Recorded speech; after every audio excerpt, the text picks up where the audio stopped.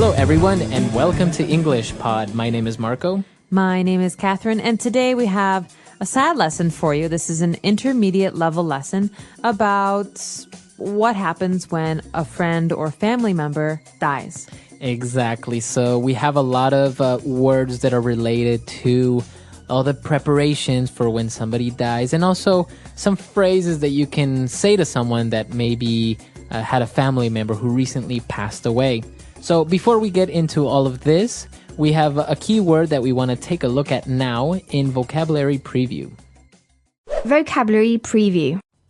All right, so in Vocabulary Preview, you have that one word, and it's the title of our lesson also, funeral. Funeral. So funeral is an event. It's something that we have. So basically, a funeral is the time when we mourn someone who has died. It's a celebration of their life. Right, so it's kind of like a ceremony where you respect that person that passed away, right?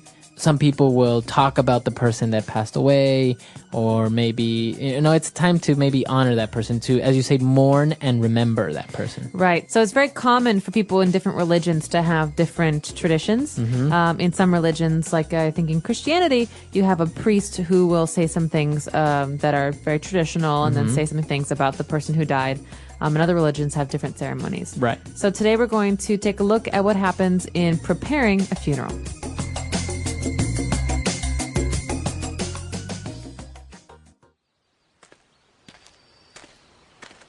Hi, Daniel. How are you holding up? I'm greatly sorry for your loss. Thank you. I'm doing much better. I've begun organizing everything for the funeral. How's that going? It's a lot harder than I imagined. There are many things that you have to arrange. I booked a time and date with the funeral home, but I still have a lot of things to do. Have you bought a burial plot and a casket? No, Wendy is being cremated. She always talked about how she didn't want to be buried. I already chose a cremation urn, and we plan to spread the ashes in the ocean. I see. That sounds like something she would have really liked. I'm sure the memorial service will be tasteful. You're doing a great job. Thanks. It hasn't been easy, but luckily we have life insurance, and Wendy left behind a detailed will that will sort out any other legal matters.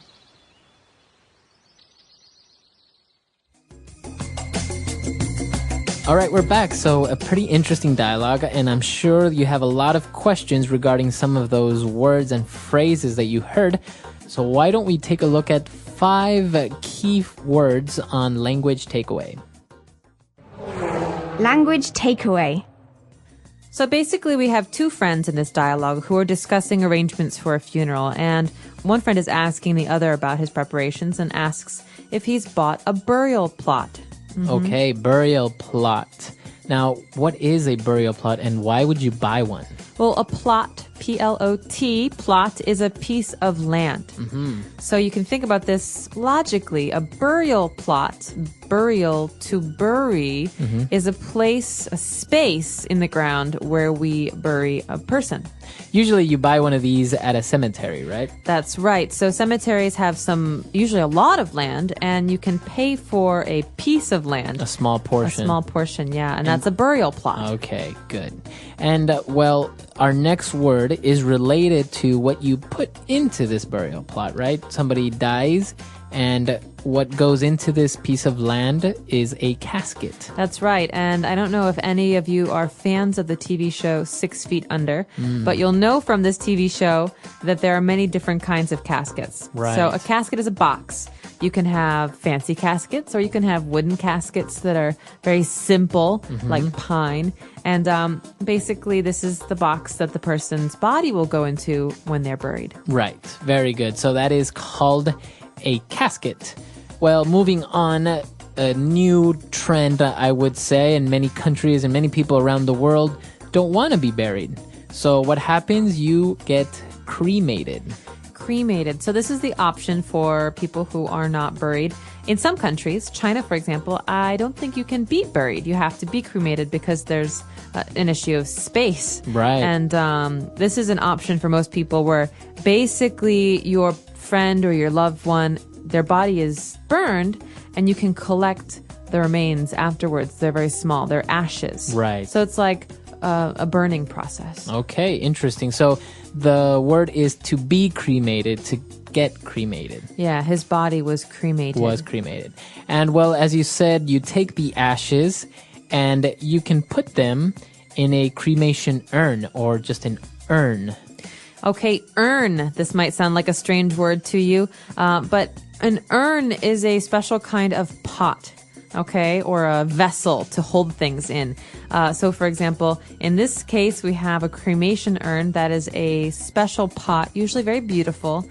Sometimes there's a name on it with the deceased person's ashes, Right. his or her remains. Okay, very good. So, as you said, it's kind of like a vase or a pot, something very nice and small where you have the person's ashes.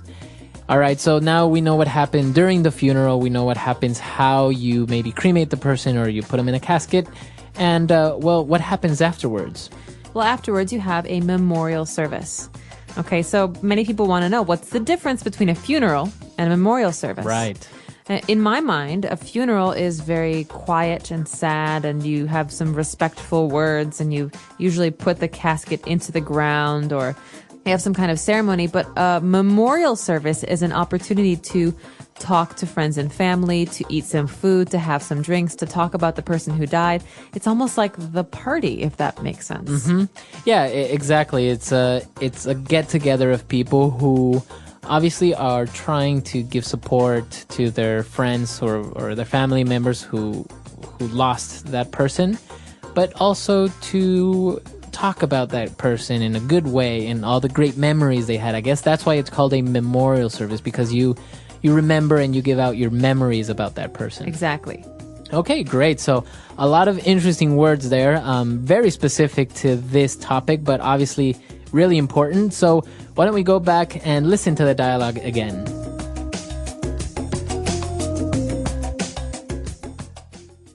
Hi, Daniel. How are you holding up?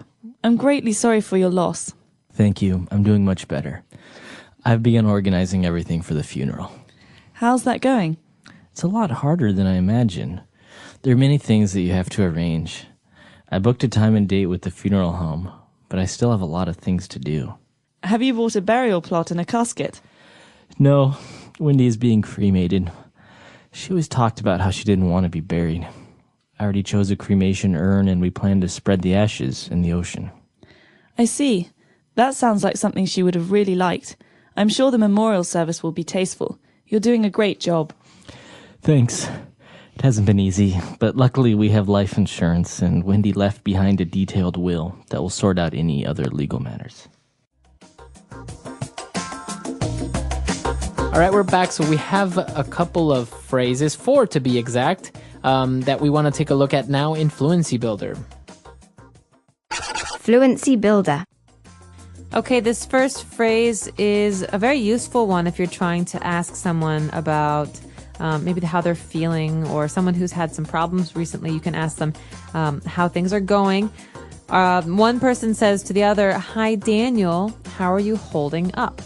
Right. How are you holding up? Now, you know that to hold up something means to have it in your hands, but in this case, you're talking about how are things going? Right, but I wouldn't say, "Hey, how are you holding up?" Right. You wouldn't say that to somebody, right? If normal circumstances. Not if Marco looks really happy, I won't ask him.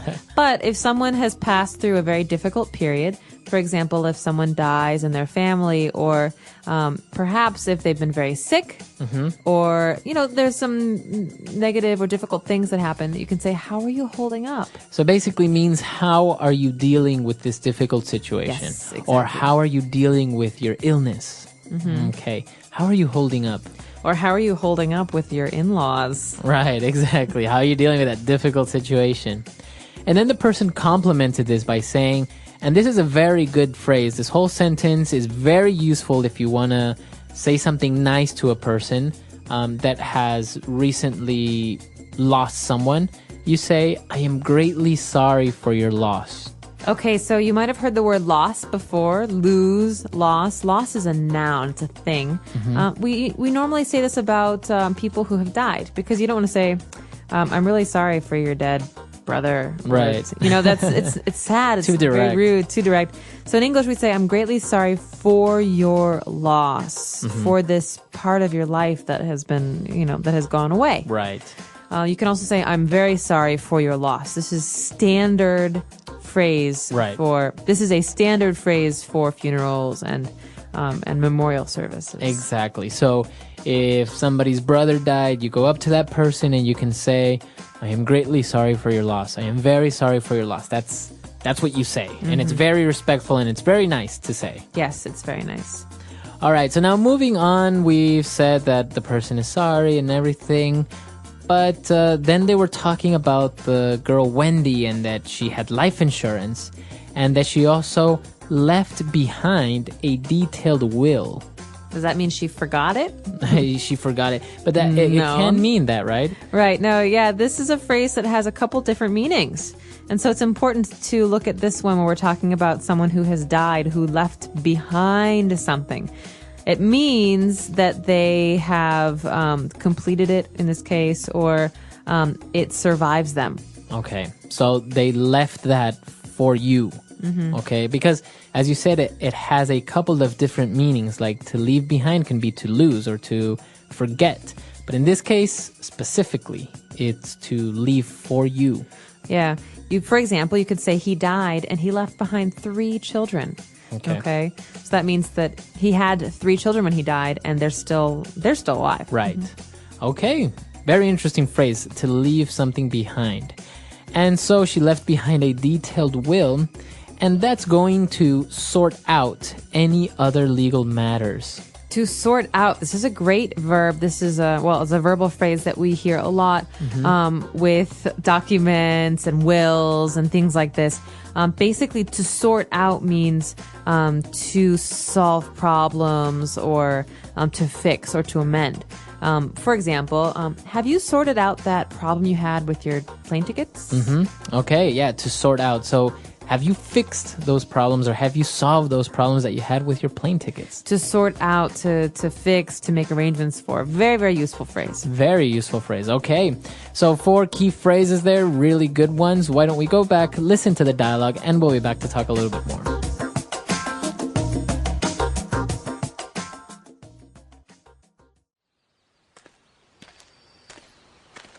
Hi, Daniel. How are you holding up?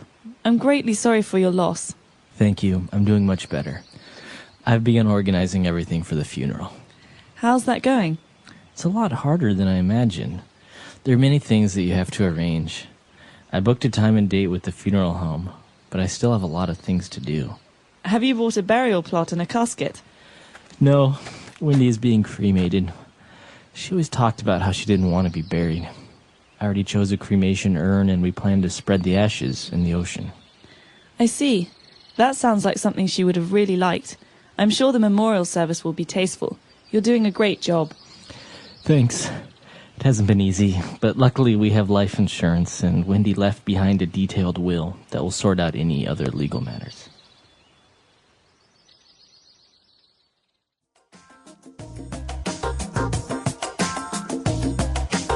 All right, we're back. So now, talking about funerals, there's an interesting word.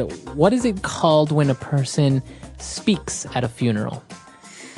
Well, normally at a funeral, a loved one or friend will give a eulogy. Eulogy. Eulogy. Okay, that's EU, right? EU. It looks like a funny word, but it's very important, and it's something that you hear a lot. Who will give the eulogy? Or his son will give the eulogy.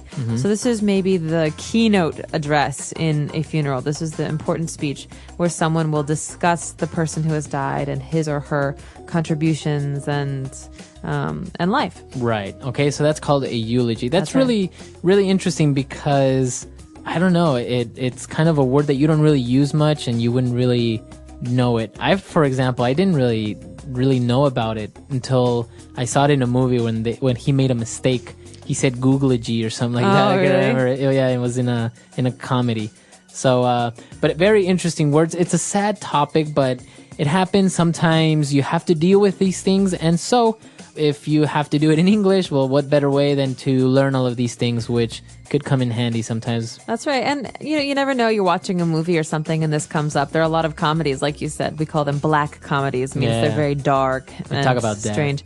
And they, like Four Weddings and a Funeral is a very famous English movie about this kind of thing. And so this is useful vocabulary and some useful phrases for those situations as well. Exactly. Even if you maybe meet somebody who... I remember I knew somebody who met a casket salesman. Really? Sold caskets. It's an interesting job. Yeah, so you never know. You never know. Well, hope you've enjoyed this lesson. Bye. Bye, dude.